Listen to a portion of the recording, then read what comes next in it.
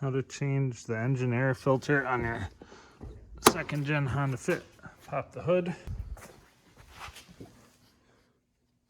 push up on the hood latch, release right here, grab your hood latch, put it in the hole. Down here you have your air filter box next to the battery. You push down on these two clips, you push out on these two clips, then you take this off, you kind of pull up and then pull out towards the front of the vehicle like that. You set it to the side,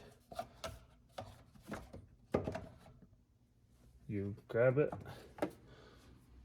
This is the dirty side, the bottom.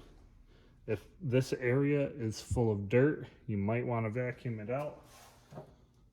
Then you grab your new air filter. This is from Auto Extra. I bought it off Rock Auto. I'm gonna take the new filter, put the locating pin near the bottom.